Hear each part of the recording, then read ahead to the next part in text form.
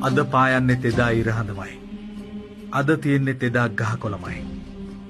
අද ඉන්නේ තෙදා සතා සීපාවමයි. අද හමන්නේ තෙදා හුළඟමයි. මොකද වෙනස?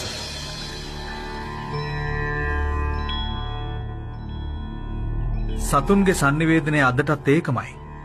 වෙනස් වෙලා තියෙන්නේ අපි විතරයි. වෙනස් වෙලා තියෙන්නේ අපේ සිතුවිලි විතරයි. වෙනස් වෙලා තියෙන්නේ අපේ හැසිරීම විතරයි.